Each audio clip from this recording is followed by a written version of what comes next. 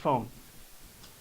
This smartphone has so many features and benefits that enhance our lives, but if we don't figure out how to use this darn thing, it's useless. You might as well throw it in the trash or ask for your money back.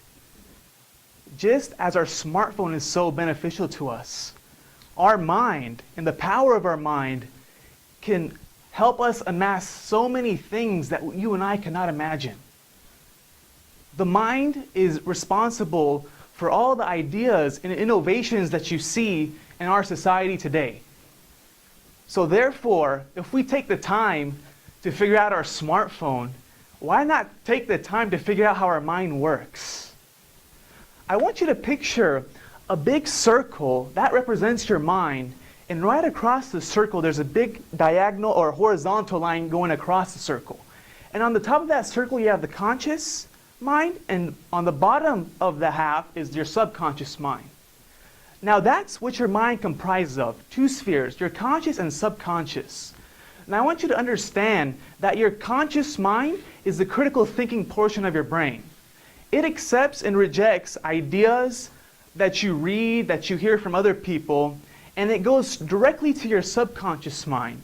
Now your subconscious mind is involuntary, meaning that it simply accepts and rejects whatever the conscious mind sends it. Example, Hasib, you're a loser. Hasib, in the Inland Empire there are no jobs available. Hasib, you're awesome. So I have all these ideas coming at me. And then this is what happens, this is the process. It goes straight into my conscious mind. Hasib, there are no jobs in the Inland Empire. So my conscious mind analyzes this idea. And it's up to me right there, that instant, to either accept it or reject it. So I use my critical thinking, analytical skills to determine which idea I'm going to believe in or choose. So if I choose that, you know what, there are no jobs in the Inland Empire, I will never find employment in this area. That idea is going to be lodged in my subconscious mind because my conscious mind has accepted the fact or the idea that there are no jobs. So it goes directly to my subconscious mind. And what's important is that this becomes a self-fulfilling prophecy, because if you were to analyze my internal beliefs on this matter for the course of a year, then I would have it lodged deep down in me that there are no jobs here, and I guarantee I will never find a job in the Inland Empire, because that's ingrained in me, because I accepted this a year ago. So this is important to understand the two spheres. Now this comes to the realm of thoughts. That's why our thoughts are so important and essential.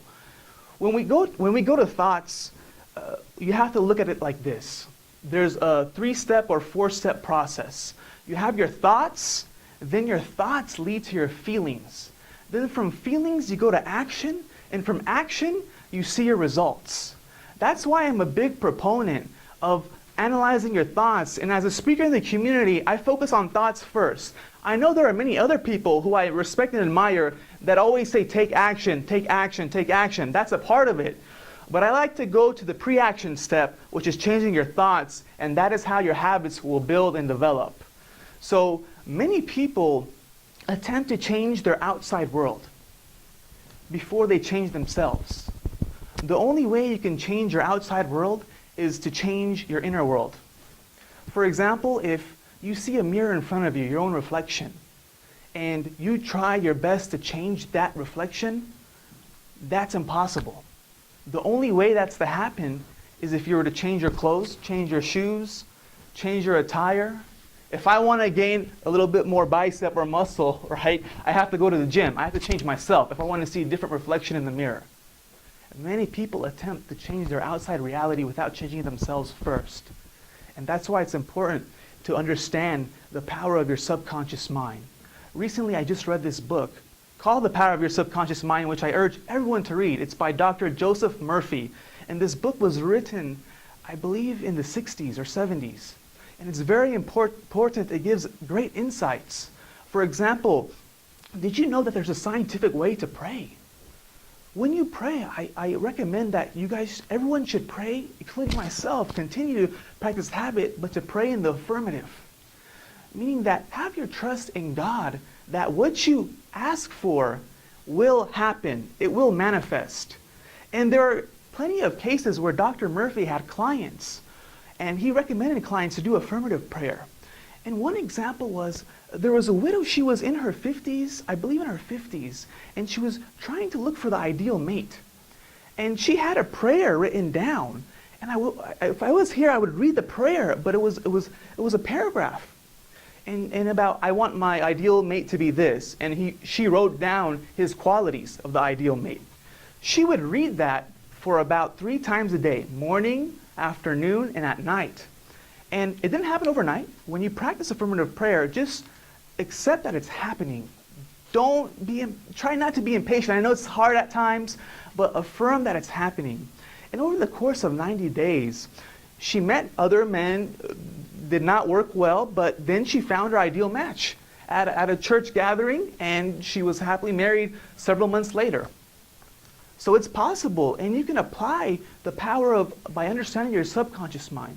You can apply these techniques, and I can talk about this topic for several hours. I only have a short time, so I'm trying to cram out this information.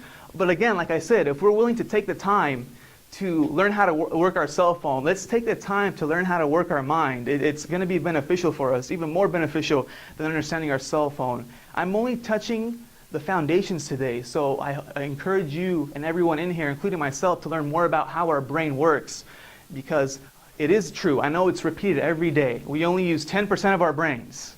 10%. That's true.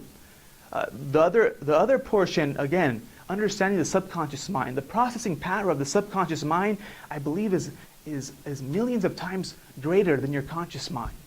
So it's important. It's essential. Never lose sight of that.